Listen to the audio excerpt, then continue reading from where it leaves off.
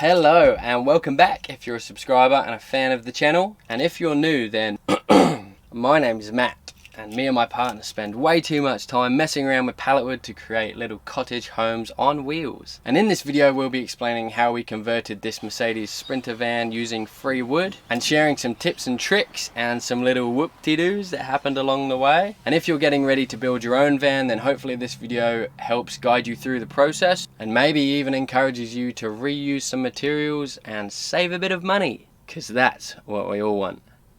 So let's get this conversion going. So this van build was only actually meant to be around a 2-month van build. We ended up just getting crazy sidetracked and thinking of some real hectic ideas that we should put in this van, and it ended up obviously taking a lot longer for us to build, being 7 months, and that is 5 months longer than we planned. But that being said, we are really happy with the way that this van came out. There is a lot of cool features that we've obviously never seen in other vans and we've never done before, so this was a really big step up for us. And what better way to start off your van build than to take all of that nasty wood out of your van. And ours was a window replacement van, so they just carried big panes of glass on the side of their van, inside the van. Had a lot of silicone inside it too, and it just wasn't really that nice inside, so there was a lot of cleaning up to do for us. It came to our advantage that it was an old tradie van because our roof rack was used for the business previously, so we used that roof rack in our build. We had to change it a little bit, but you'll see a little bit later on what we had to do to it. But the most satisfying bit was starting again, taking everything out, giving it a sweep, giving it a pressure wash, scrubbing everything so that we have a squeaky clean van again. Whoa, say 10 kilograms of dirt rubbish there. And there was a lot of dirt in the structure of the van, and it was kind of a yellowy colour, which someone actually mentioned in one of the video comments that it could be water coming in to the van from the outside, which we then identified were from 3 holes in the side of the van where the roof rack had hung over the van going into the side. So I then correctly just filled them up and made sure they were watertight. And then we were ready to start building this beast. And the first thing we did was measure out the floor, because we'll be building a subframe with insulation. And the reason we were insulating it is because on them cold nights, a lot of the cold comes from the ground upwards.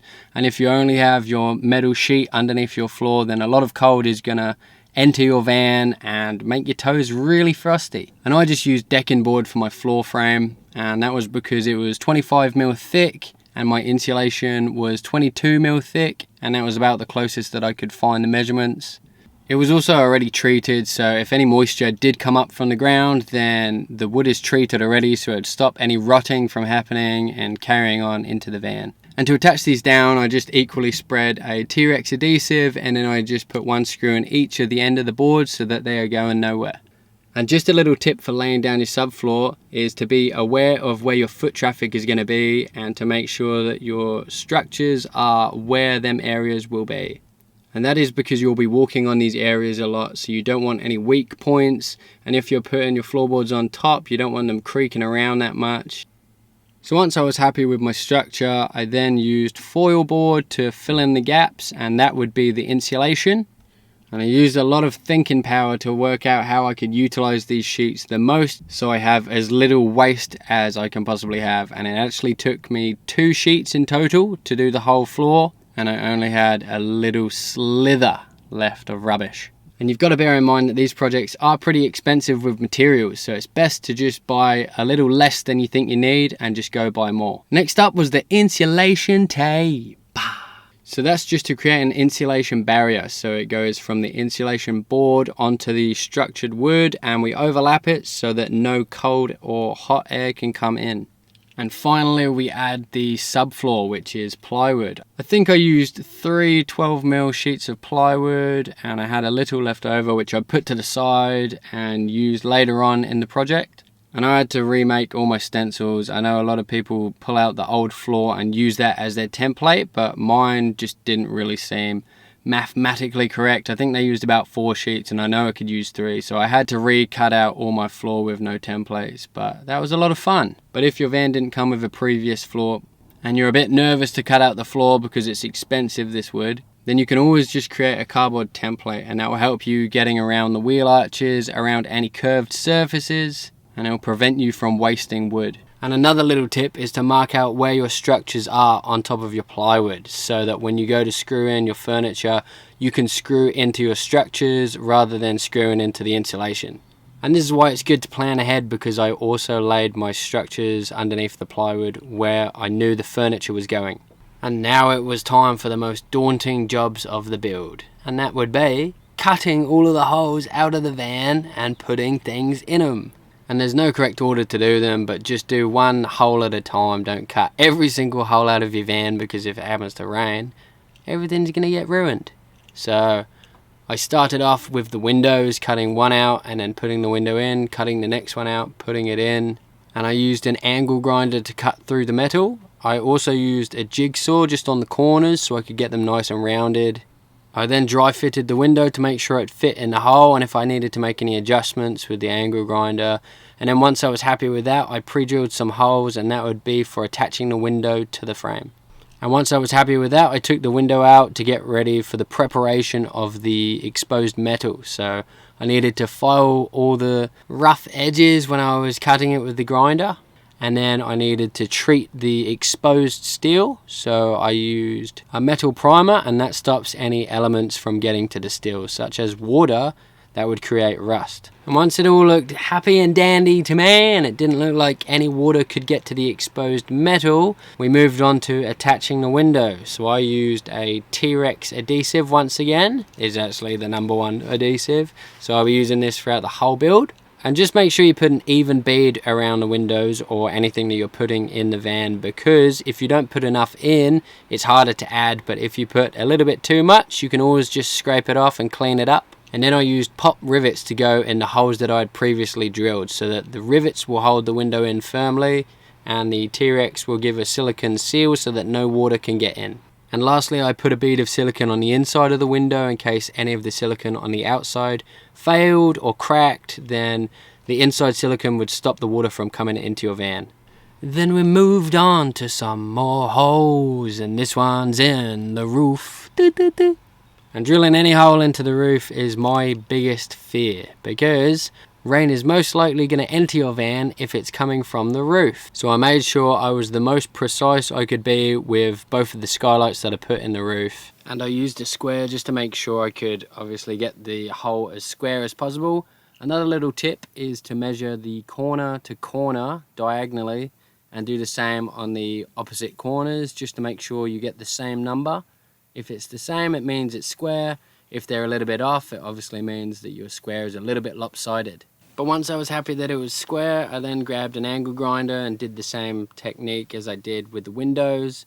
Just cut it out. Luckily this was a rectangle, so I didn't have any curved edges, so I just used the angle grinder, which is a pretty dangerous tool to use. So make sure you've always got the safety guard on, and make sure you wear some protective eyewear, because there are tiny little metal shards flying all about, and if you get one of them in your eyes, you are definitely going to be crying. Or even worse, eyeless.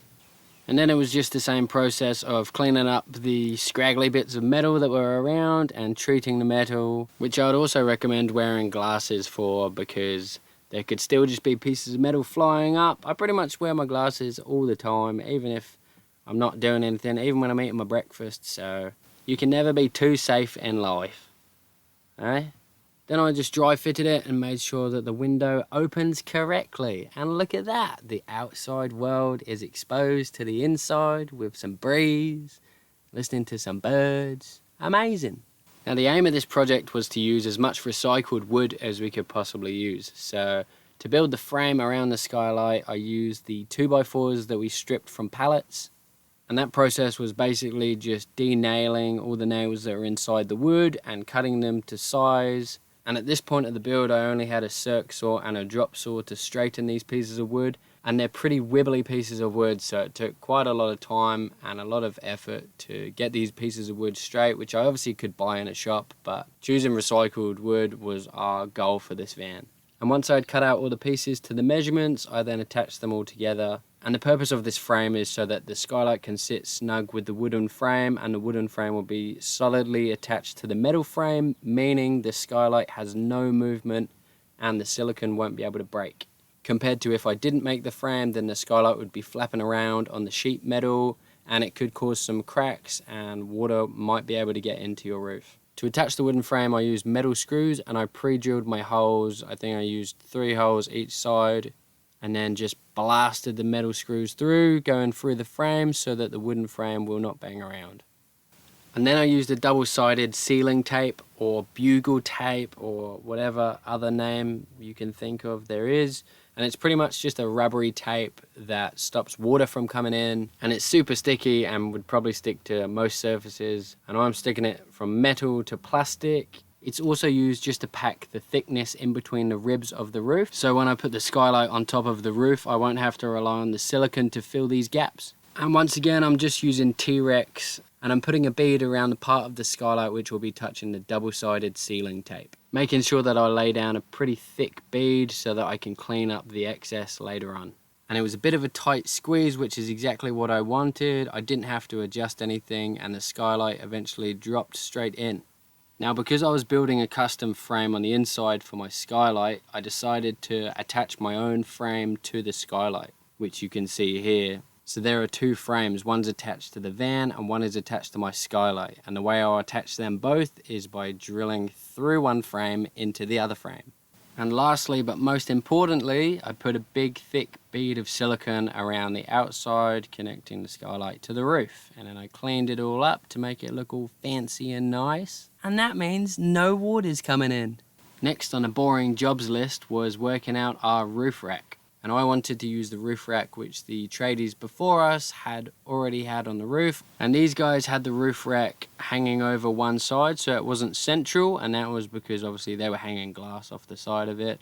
I wanted my roof rack central, so we took the roof rack off and then I filled in all of the holes that they had put through the roof. And then I started working out how I'm gonna fix this massive aluminium frame back onto the roof straight. So my idea of fixing this roof rack back onto the roof was to use these little struts.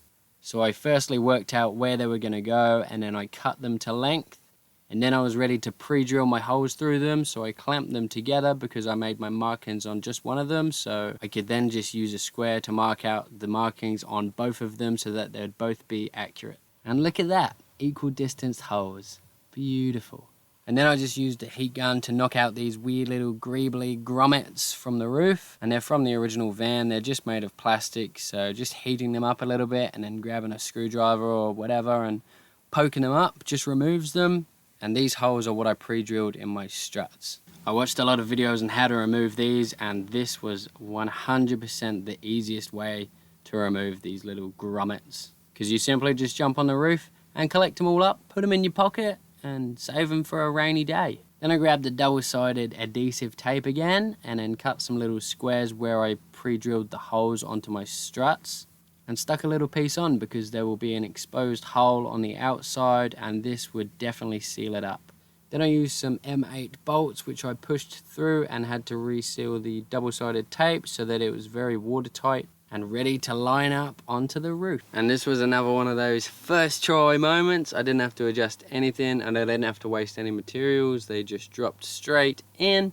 Then I pushed the double-sided adhesive tape firmly just so that it created the waterproof seal. Then it was just siliconing around the bolts and adding a washer just so that the silicone can compress a little bit, giving it more of a watertight seal. And then I just added a bolt on the bottom which kept it firmly in place. And that was done 2 times, one on each side. And I used Phillips head bolts. And that was so that I could drill the bolt in from the top. And my partner underneath was holding the nut so that we could get it screwed in together. Ta-da! So the struts are on. Now it's time to make this old roof rack look amazing.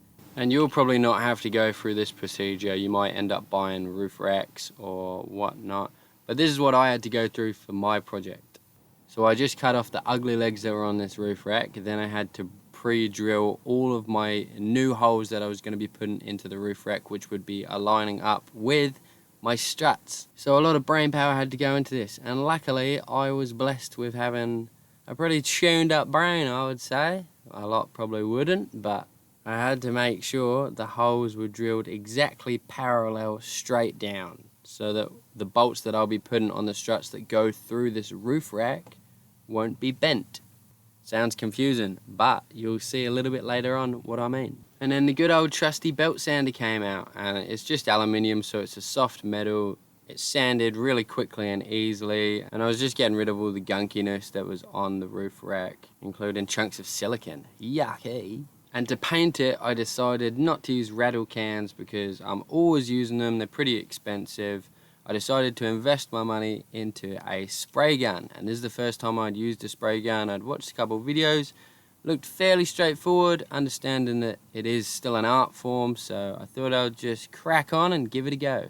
So once the roof rack was all sanded and lovely, I used a self-etching primer, and that was just to help the paint bond to the roof rack. And this paint is really good for aluminium. It gets into the little scratches and cracks and forms a grip so that your paint's not going to come off. And I tried to spray with an equal distance away from the roof rack so that it gives the cleanest paint job that I can unprofessionally do. And once the primer was dry, I then sanded it down with a 240 grit sandpaper just to get rid of any little imperfections that I might have created, or any drips or any little bubbles, so that when I put my next coat on, it will be nice and smooth. Woohoo! But anyway, the main reason that I bought this spray gun was that I could just buy my paint in bulk, meaning I'd be saving a lot of money in the long term. And I do use a lot of black paint for these projects, like this roof rack. In a previous project, I used black paint for the windows. I think black is a pretty common paint to use, so buying a lot of it definitely helped me out in the long term financially. And I did use a lot of paint for this roof rack, and I worked out the amount of paint that I would use with the spray cans compared to how much I'd use now, plus the gun, and it worked out about the same price. So technically, I got a spray gun for free. Or I can just tell myself that. Makes me feel better. Then the co-builder slash partner slash wife-to-be slash mother of my child jumped on and helped me put this roof rack up on the roof, avoiding any banging on the van because that might chip the paint, which would make me cry. And when it was up there, I then ran all of my bolts pointing upwards in the struts, which would then get screwed down into the roof rack. And I'll tell you now, this was a nightmare because I had to line up every single bolt before I could drop the roof rack down, and it was kind of heavy, it was pretty fiddly, and it was so big. It took quite a while, but we got there in the end. And to hold it down, I just used some washers and a threaded bolt so that it's not going to budge, it's not going to fall off when you're driving. Then it was on to the final holes, which we were cutting into the van, and they were for the water heater and the gas box. And I started off with the water heater. The one that we have is a Kamek water heater, and it's a constant hot water system run from gas. So it basically just heats up the water as it passes through, and then the hot water goes to wherever you want it to go. We only connected the hot water to the shower because we didn't really feel like the sink necessarily needed hot water, but if we did want to use hot water, we could just take it from the shower and use it to wash some dishes or whatnot. But the way I installed this is the same way that I installed the windows. It was basically just using the angle grinder and cutting out the area that I needed to cut out from the van. With these, I had to cut through some of the structures, so you do need to plan where you're going to be putting these in your van, because you don't want to be cutting through too much of the structure because it might weaken some parts of your van. So just plan and make sure that you know exactly what you are doing with your build. Make sure you know all the locations where everything is going to go. When you're putting your hot water system and your gas boxes in, you'll need to know where they're going so that you can hide them behind things, or where your furniture is going to be going around it so that it's hidden, but it's safe, it has enough space to breathe. Because with gas, it is very dangerous. You need to follow all the procedures so that you stay alive. And obviously never install the gas yourself. Always get a professional plumber to install it and connect it all up. Get your gas certificate and slap a big smile on your face. Another quick tip with your gas is to know all of the regulations involved in installing gas in a caravan or camper van. There are measurements that you need to follow with how close appliances can be to walls, or how close it can be to the roof if you need a range hood or not. So make sure you search the regulations in your state or in your country, because everywhere is different, which I don't agree should be. I think they should all be universal rules. But hey, I don't make the rules around here. So just use them fingers and go on the internet. So the way I attached the hot water system is when I pre-drilled the holes, I actually added a wooden frame on the inside and used screws to drill the water heater through the van into the wood behind. Then once again, a really chunky bead of silicone that I could clean up a bit later on. Screwing the screws in just compacted that silicone so that it was a really nice tight fit. And I put the masking tape around the outside so that I could peel it off, giving it a really clean, crisp edge on the silicone. Then it was the exact same process as the water heater for the gas box. The only difference was that the gas box actually has lines in it, meaning you have to line it up exactly with the van. So that was a bit tricky to work out, but we got there in the end. And I decided to get a double gas box so that we could have one active gas tank and then the other one can be spare. And when the active one runs out, you can then switch it to the spare.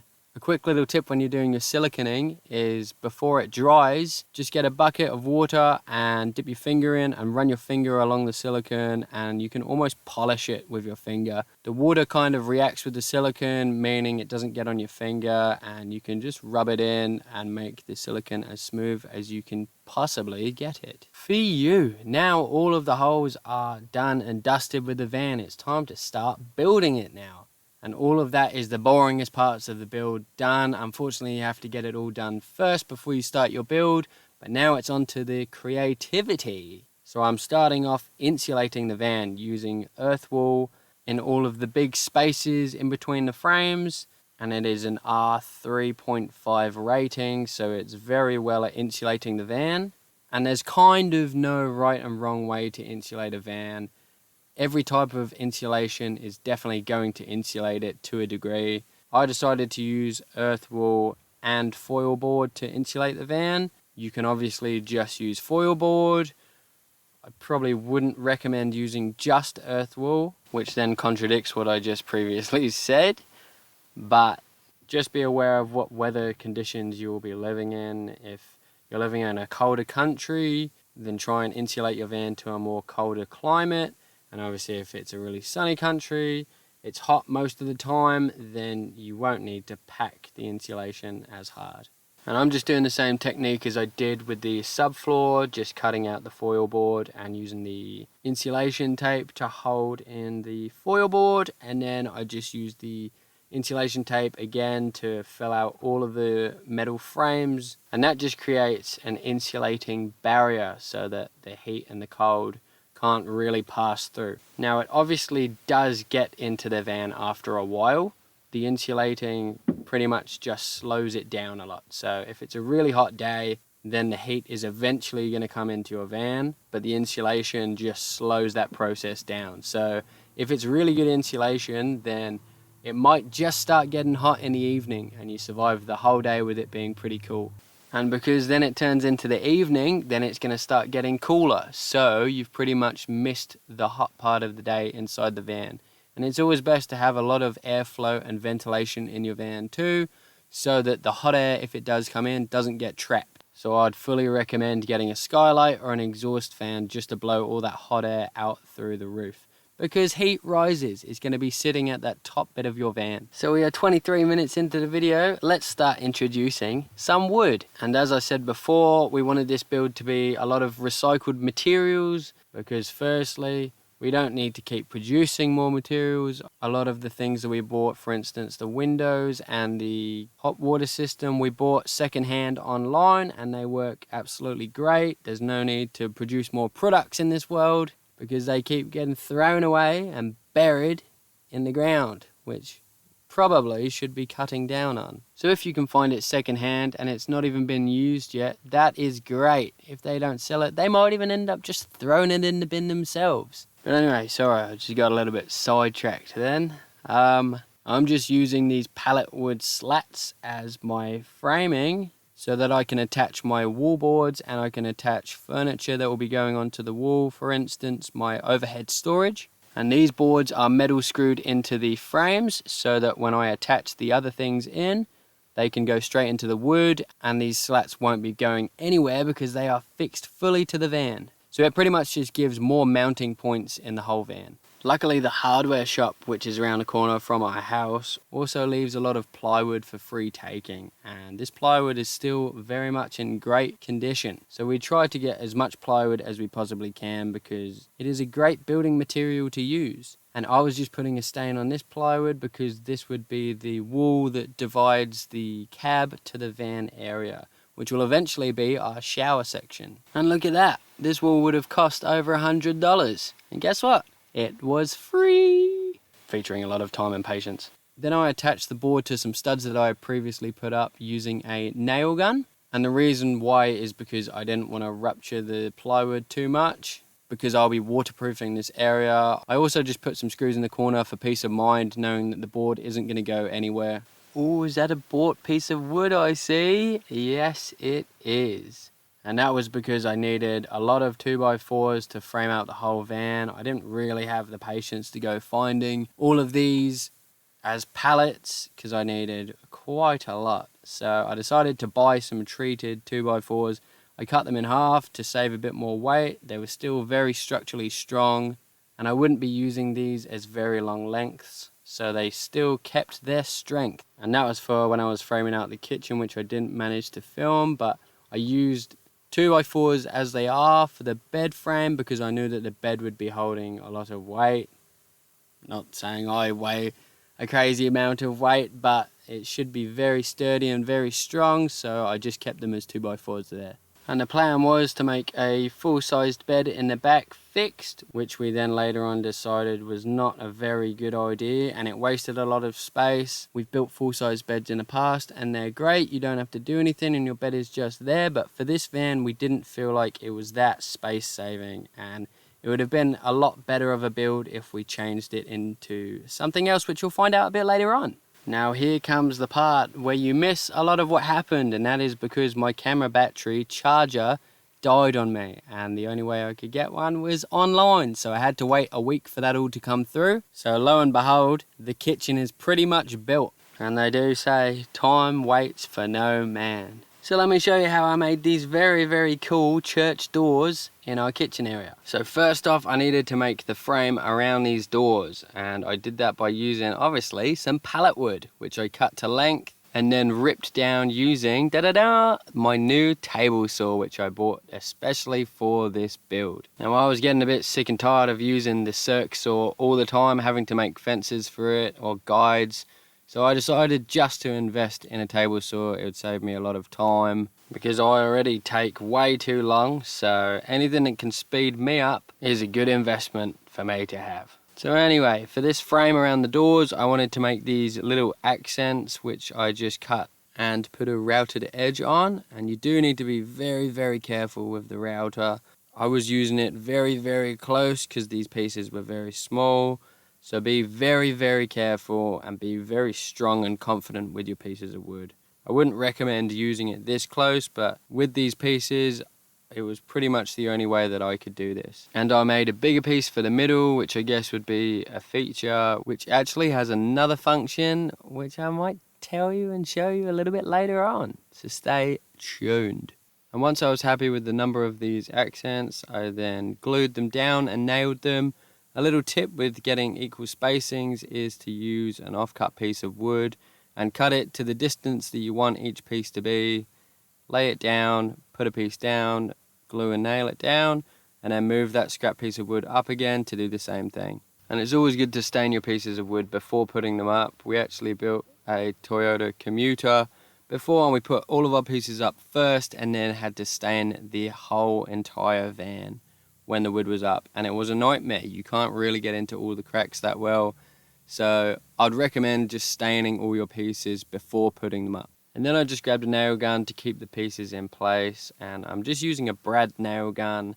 It takes 32mm brad nails, and the head of the nail is very small, so it's really good to attach these pieces and make it almost look seamless. You obviously can see the nail head, but it's so small and it makes it look very sleek. And I pretty much used that for all of the pieces of wood that will be the faces of our furniture. And then it was taking apart more pallets, denailing them, chucking them through the planer, getting ready to build the curved pieces above the doors. So I cut out one piece which I was happy with, and then I screwed it into another piece, and then I used the flush trim router so that it copies the exact same shape as I just cut out, meaning I'd have two matching pieces. And that is the frames around the door all done. Time to make these mid-century church style doors. So I worked out the height and width that I needed these doors, and then I cut my planks to that measurement. I then mirrored it so that I had two doors, and I was making them both at the same time. I then traced out the curved frame which I had already put in, and that would be the shape of my doors. I obviously had to make them slightly smaller so that the doors would be able to open and close. And I cut all the curved edges using a jigsaw. And for these doors there were pretty much two layers. The first layer would be, I guess, the background of the doors, and the second layer would be the frame of the doors. And the frame would pretty much be holding the background of the doors all together.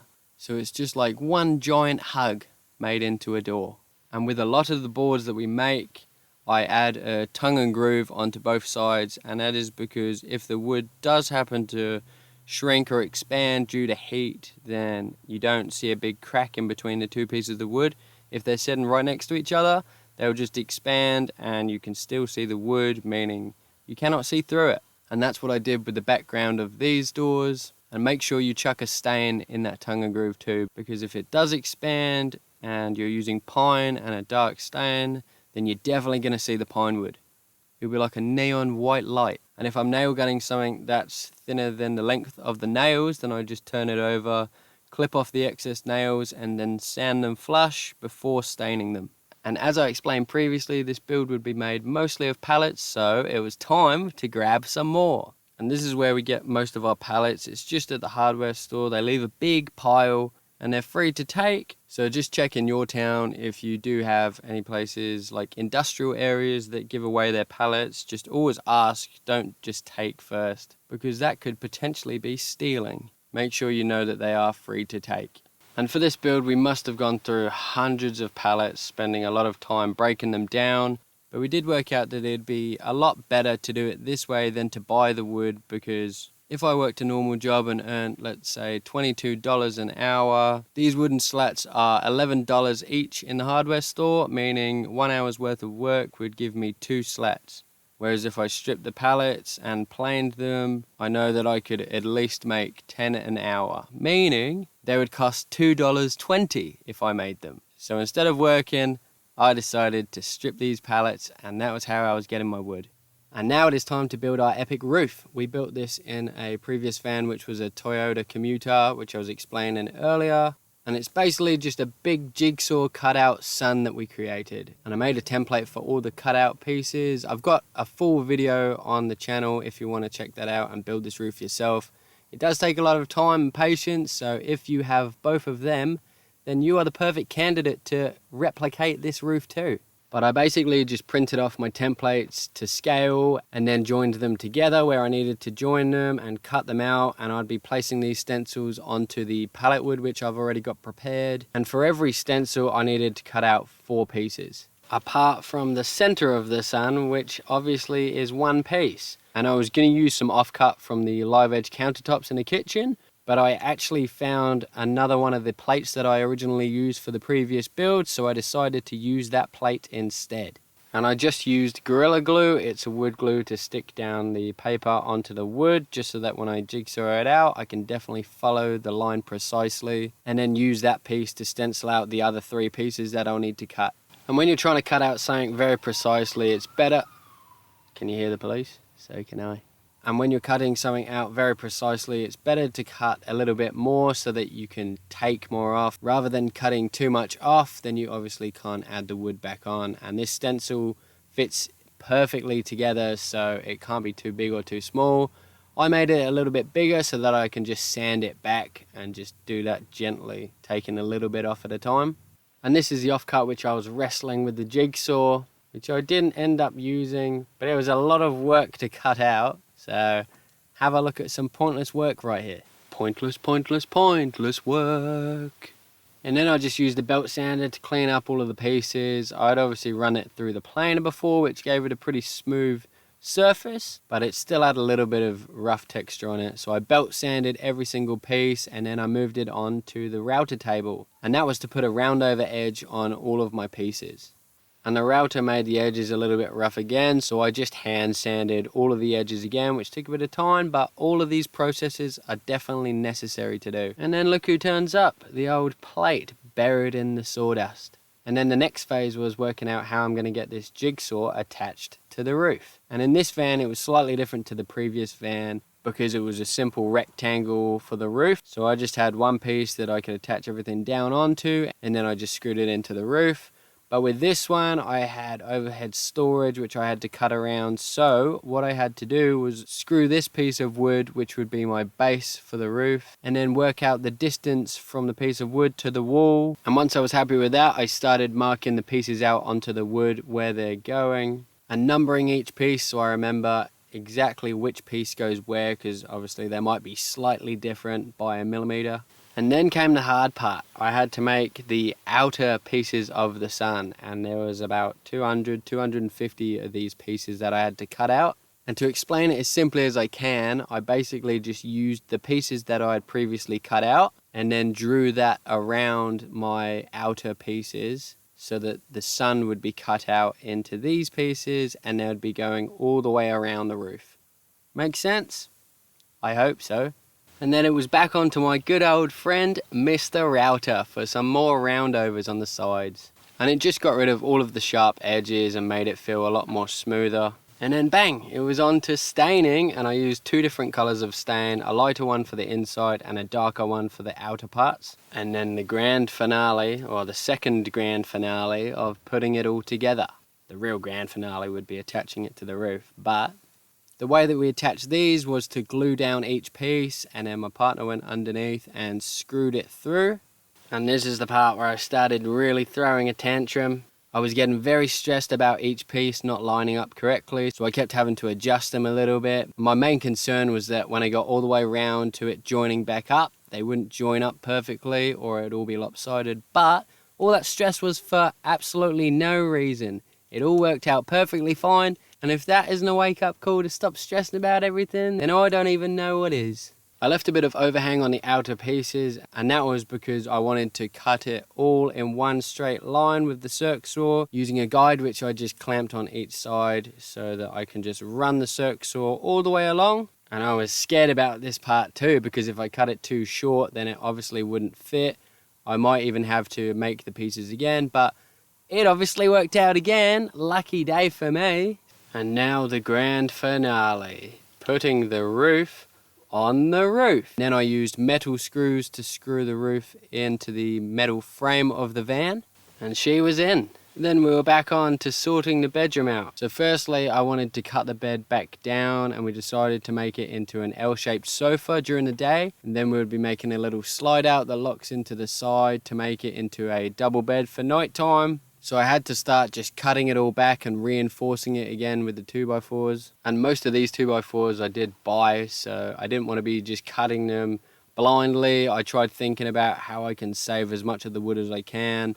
And I didn't have to go out and buy any more wood. I could just move it all around. Now, since we posted the walkthrough of this van, we did get a lot of comments from people saying, where is he going to sleep when he gets older? How are you going to have a kid in your bed the whole time? All this kind of stuff. And it's simple. We don't tend to keep these vans for too long because we get itching to build another one. So we tend to just sell them and then buy another one. But the answers could be to buy a trailer and build that as his bedroom. Or as someone suggested, put a hammock up in the van so he can sleep above you. Or he could be on permanent sleepover around a friend's house. Sometimes you just have to think outside the box. He could even stay in a rooftop tent. That would be pretty cool. Okay, we then moved on to making the cabinetry in the bedroom. So the plan was to make a little desk on the side of the bed, and that's what the little slide out from the bed would be locking into. I was also going to build some overhead storage above this cabinet, and to the side of that we were going to be building a wardrobe. So I started off by ripping down all of the pallet wood 2x4s that I had so that they'd be a bit thinner, a bit lighter, and started framing all of these out. And this was the desk, which would have 2 drawers inside it, and they would be holding his and hers clothes. And then it was just screwed in. Bzz, bzz, bzz. And then I was very excited to build these drawers. And the reason being is because I'd get to play around with the table saw a lot more. I had always previously made the drawers using our circ saw, and there's a lot of measuring. It's hard to keep everything straight. But with my table saw, the cuts were so easy to make. I could do numerous cuts of the same length. And I was building 2 drawers, so every side that I was making, I would make twice. Meaning I'd have the exact same drawers. Now the only thing I'd do differently with these drawers would be to sand them as the individual pieces and stain them. But I ended up joining them all together and then belt sanding them, which was pretty hard. And then the staining was a nightmare. I think I was just a little bit too excited to put them together because they're a bit of a funky shaped drawer and I really wanted to see if they would work or not. Then I had to reinforce the cabinet to put some more structures in where the drawer sliders were going because the drawers will be pretty heavy, so I needed to just add that extra frame for the slider to sit on. And I think it's good to not cheap out on your drawer sliders. It's better just to get some heavy duty ones because you don't want to limit yourself to only being able to put light objects in your drawers. Give yourself the choice. Go heavy duty and chuck some 10 kilogram weights in them just for the fun of it. And then I got carried away building and not filming again, so we then got up to building the wardrobe. And it's not just any old wardrobe, it will be a tree-inspired wardrobe.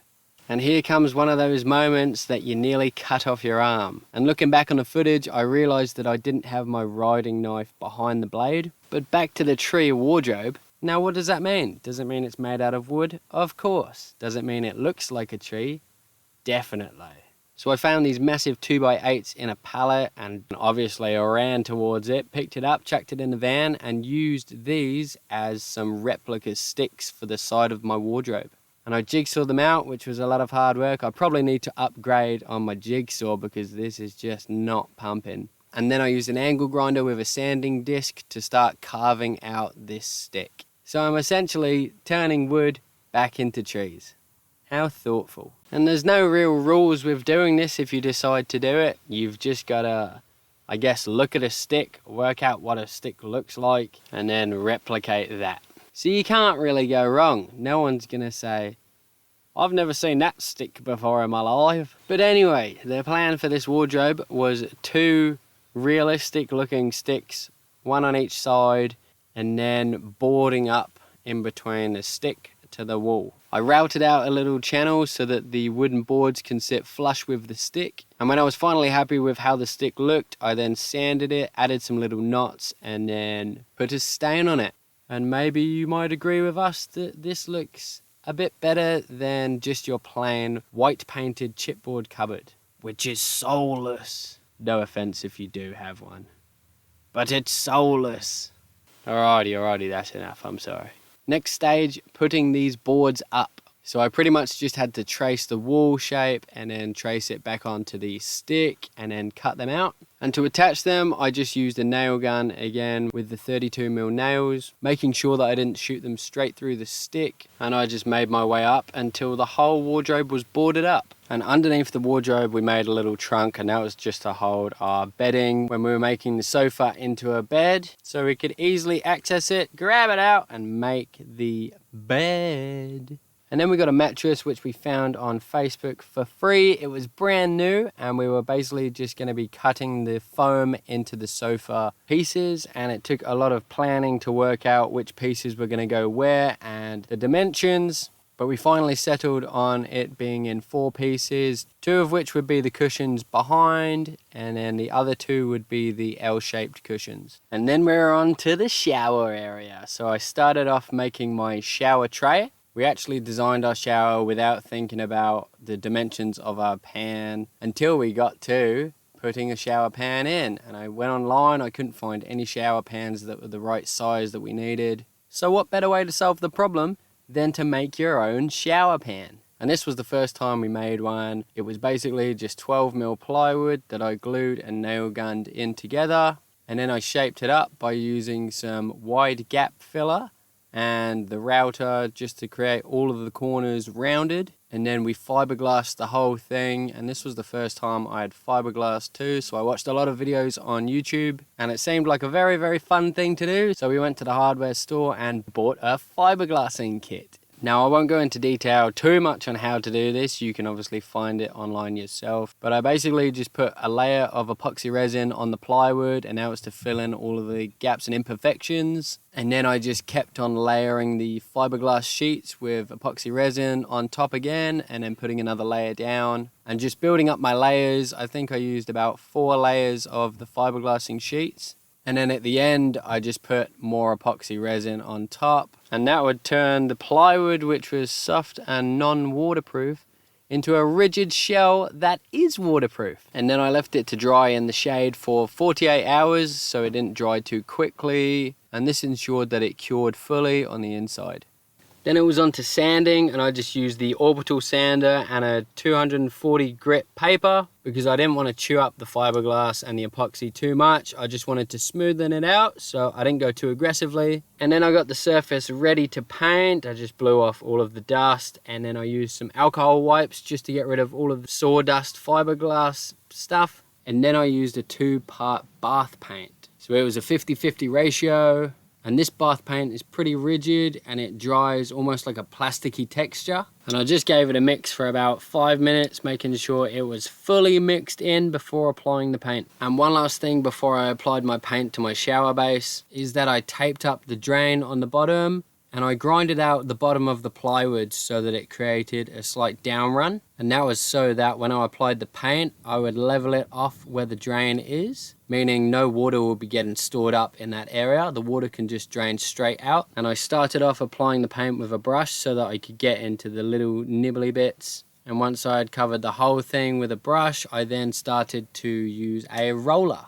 And to be honest with you, I should have mixed them in smaller batches. I just ended up mixing all of the paint together at once. But once I was happy with the full coverage, I still had a lot of paint left. So I ended up applying more and more paint to it. And then I left that to dry and started working on the walls of my shower. So I used 9mm sheets of plywood, and I just did the same technique, and I just worked out the size that I needed for my walls, and then I nail gunned them in again and put some screws just in the corners to make sure that the wall was definitely not falling off. And you've got to be careful when nailing through your wall because you don't want to nail through any electrical cables or any water or gas lines. That would be a very big problem. So plan ahead and make sure you know where you're nailing into. And then I started creating my little recessed niche area for the shower. And I decided to go all out. I used 12mm ply just to make it very strong because it was only a little small area, so I could use a little thicker wood. And it was basically just a simple box, but the bottom had a little down run, and that was so that no water can get stored in the recessed area. It would end up just running out back into the shower.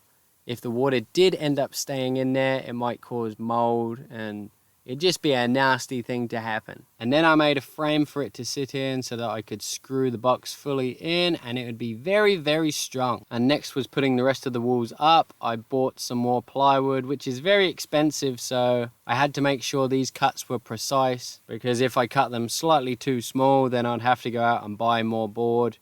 I think I used about 4 sheets for the shower area. And the most fiddly wall that I had to cut was where the shower head, the mixer and the recessed area would be. Because there was quite a lot going on with this wall. I had to work out exactly where the shower head was going. The same with the mixer. And then for the recessed area, I just drilled a hole straight through the plywood and then cut a little hole around it so that I could get my hand in and use a pencil just to draw the exact marking of where the recessed area is on the inside. And then I just removed the piece of plywood and cut the exact shape out. And there was a lot of putting the board in, taking it out, putting it back in. I think it took me about a whole day just to get these 4 walls up, which sounds like I'm pretty lazy, but there was a lot of curves and a lot of weird little angles that you have to take into consideration when you're building a van. And another tricky bit that I had was my doorway. So we didn't just make a standard rectangle door, we made it with a triangular point on top. And where my wall meets the roof curves a little bit. So I had to first cut out my wall piece and then bring it back into the van and then draw around my archway and then take it back out and then cut that piece of wood.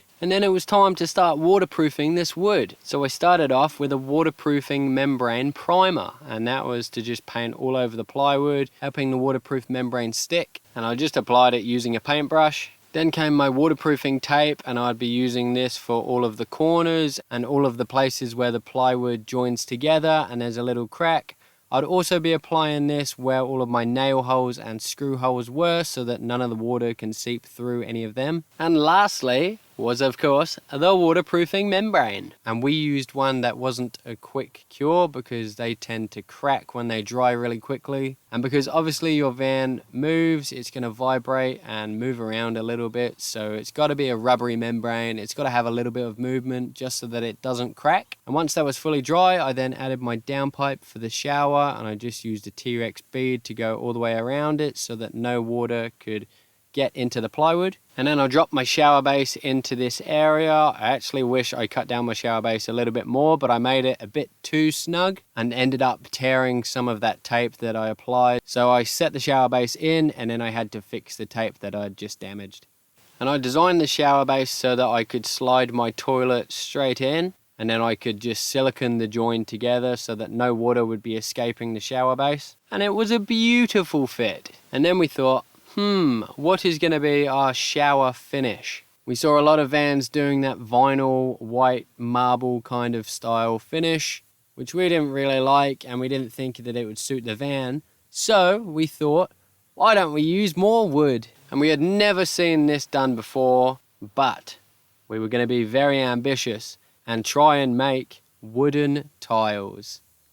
You heard it, folks, wooden tiles. And the reason that we decided to do this was because, for starters, tiles are pretty expensive when you work out the whole square meter area that you're going to be tiling. And secondly, we made a prototype wooden tile and we weighed them both, and obviously the pine wood tile was a lot lighter than the ceramic tile. So we'd be saving heaps of weight, heaps of money, but that was only if it would be successfully waterproof. So the process of these was basically to rip down our plywood planks down to 90 mil, and then I put a round over on both edges, and that would save time when I was putting the round over on each individual tile. I wouldn't have to go around all four sides. And then we moved back onto the table saw, and that was to cut these slats into squares. And I set up a little stopper on my fence, and that was to stop the boards from pinching when it was going through the saw, so that I could just keep on repetitively cutting my squares. And here's a great tip: if you're using the table saw and you're cutting repetitive pieces of wood off of it,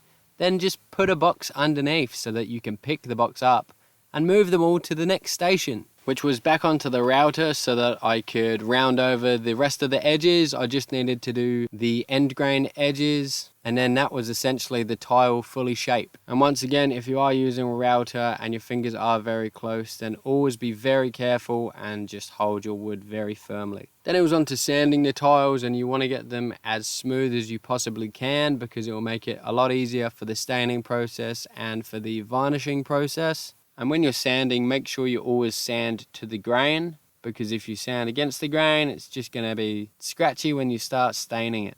And then we moved on to staining all of the tiles, and I used an oak finish for these tiles. I put 2 coats of the stain on, and I used a microfiber cloth to wipe the stain on. And we've dabbled around with all different things to use for stains, but we found that the microfiber cloth spreads the stain very evenly and it doesn't grip to the wood. And then we waterproofed these tiles using a marine varnish. So this varnish was made for the exterior timber of boats, so it would obviously be getting wet from the ocean, and we were recommended to use this one. It was pretty expensive, but we knew it was going to do the job. And we ended up putting 4 coats of this varnish on the tiles, putting it on the front, on the sides and on the back, so the wood was fully sealed. And that was because we didn't want to risk the back of the tile potentially getting any water from going into the tile. Say if any of the silicone around the tiles did crack or split or peel off, then the tiles would still be safe. And all that was left to do was attach the tiles and fill in those gaps. So I used the T-Rex adhesive once again, and just put 4 blobs on the back of each tile, and that held the tiles in perfectly fine. The adhesive is very strong, so the tiles weren't going anywhere. And I just used some tile spacers in between each tile so that I'd have an even gap in between. And then the very, very, very last thing that we needed to do was fill in these cracks. And I just used a very dark silicone and squirted a bead in between, and then ran my finger along the bead just to smooth the silicone out, and cleaned up all the excess that went over onto the tile, and we had a waterproof shower. And that was it. The build was done. Do you want to see it? Do ya? Then jump on in.